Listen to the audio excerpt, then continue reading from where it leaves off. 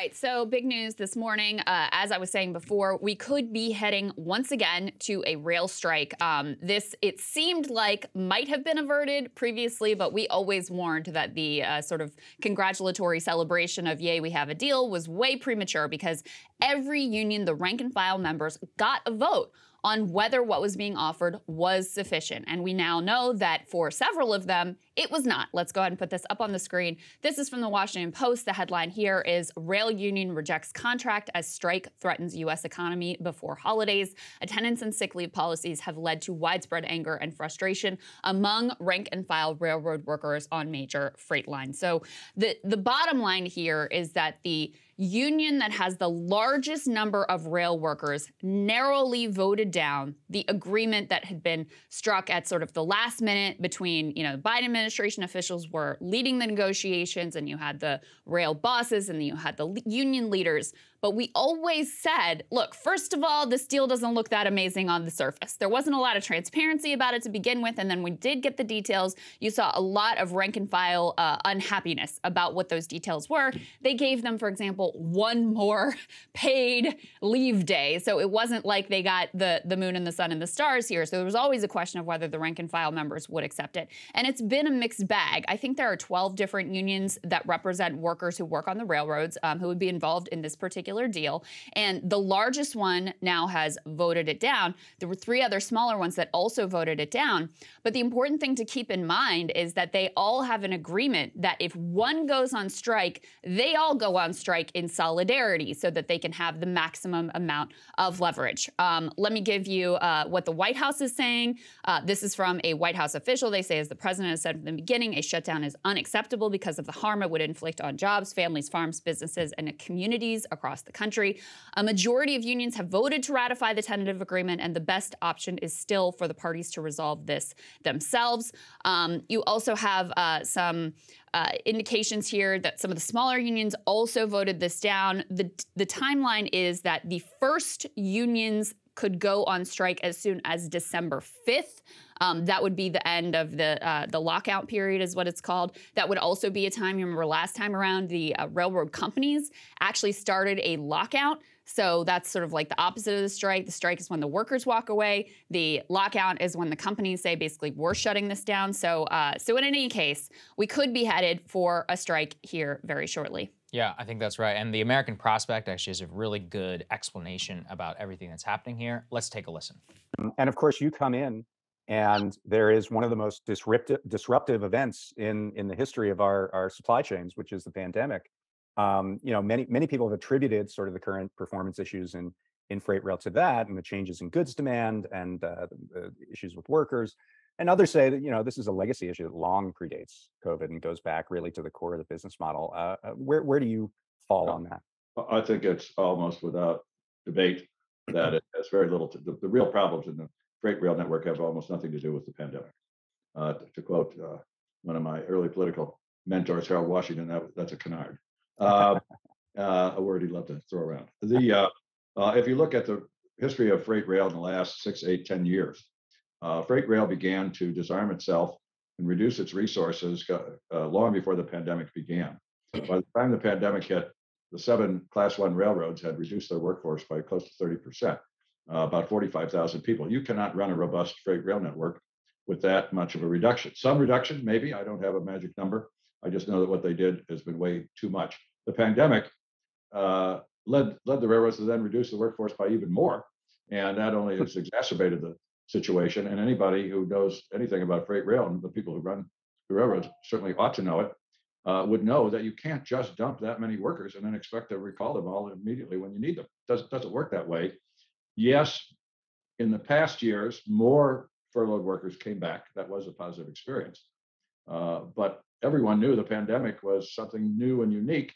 And before rushing into dumping more workers, you ought to think about it. And I've said so much to the railroad CEOs, all of whom I meet with from time to time. So that was Martin Oberman. He's the current chair of the U.S. Surface Transportation Board. So he has, a close-up look at what exactly is going on with the freight railroads. And this gets to the backstory of how we got to this place.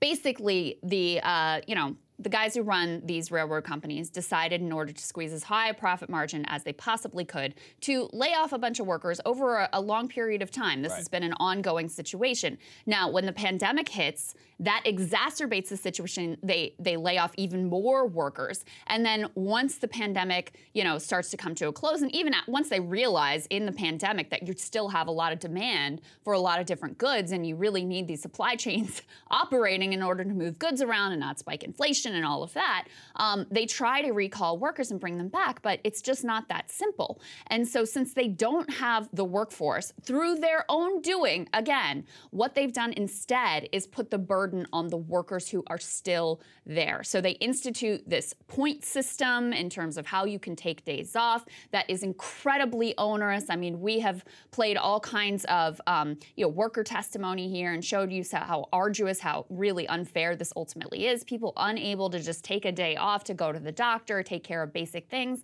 There was someone who couldn't go to the doctor, ends up having a heart attack and dying. I mean, just horrific, onerous burden put on them. And this was really the core issue, not so much wages. It really was about these work-life balance conditions. And that was what, to go through, I know we've been covering this a lot, but just to remind you, the way this worked is first you had upset, with the railroad workers who initially voted to strike.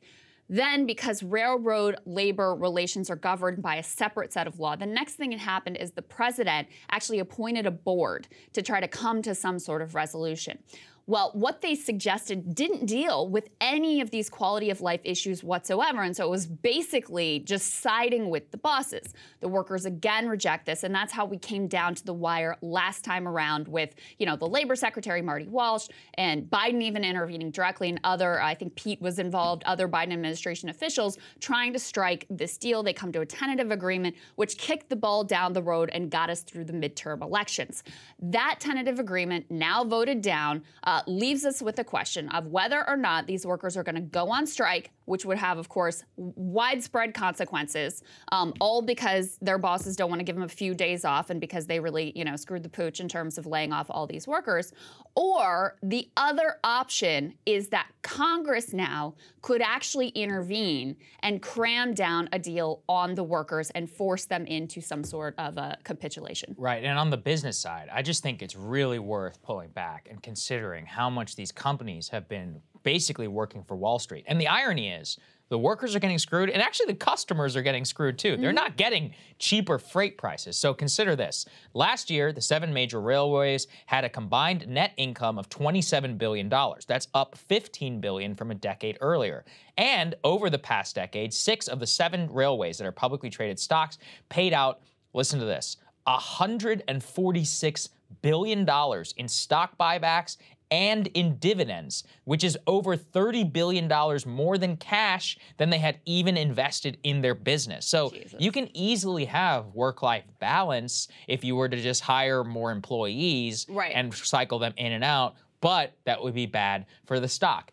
And this is the funniest thing. Whenever you look at these numbers, you're like, hey, 146 billion in stock buyback, let's do 100. Just take the 46, and you keep the shareholders happy, and you can have let more your workers have a decent quality of life. Yes. One of our favorite clips on this is from a Newsmax interview where one of the hosts was shocked to discover what the actual conditions on the railroad are. Let's take a listen. David, we did reach out to the Association of American Railroads, and they say that workers get sick days and paid time off. But what I want to talk to you about is, what does this mean for Americans if you do go on strike? Well, whoever told you we get our sick days is manipulating the data. We get paid time off that we earned the previous year before. Before the new policy came about, we were allowed to take 5 days off and 2 weekend days off a month. Now we could take virtually 1 day unpaid off a month. And then the only other time we could take off is our paid time that we had to earn the previous year. Yeah, that does seem ridiculous. They would never let airline pilots do that. Is that issue number one for members of the unions? 100% is number one. And if we go on strike, yes, it could hurt the economy. It could be bad for society, but we don't want to do that. None of us want to do that. Well, and I know Amtrak's already suspended. We're not asking for the world here. We're asking for a few days off a month to spend with our family instead of living on a train. We spend 240 to 260 hours a month sitting on these trains or sitting at the hotel rooms away from our families. Amazing moment. Yeah, I think it's great. People are like, wow, I had no idea. And, we were covering a lot of this. The media was not focusing on that and the conditions nearly at the time. That's it was right. all machinations, and it was all like, when are these guys going to go back to work, et cetera? Like, look, the basic facts here. And also, this is what we're setting up for our next part. It's very likely that this doesn't actually end up in a real strike, and Congress is going to force them back to work, unfortunately. That is very much what it looks like is going to happen. Hey guys, ready or not, 2024 is fully upon us now, and Saagar and I have been brainstorming ways that we can really up our game for this critical election. Yeah, we rely on our premium subs to expand our coverage, to add staff, to upgrade the studio. We just want to give you the best independent coverage of this election, which is possible. So if you can help us out, become a premium subscriber today, breakingpoints.com, or the link is down here in the description video. It really means the world to us, and if you like what we're all about, this is the best possible way to keep us 100% independent, working only for you.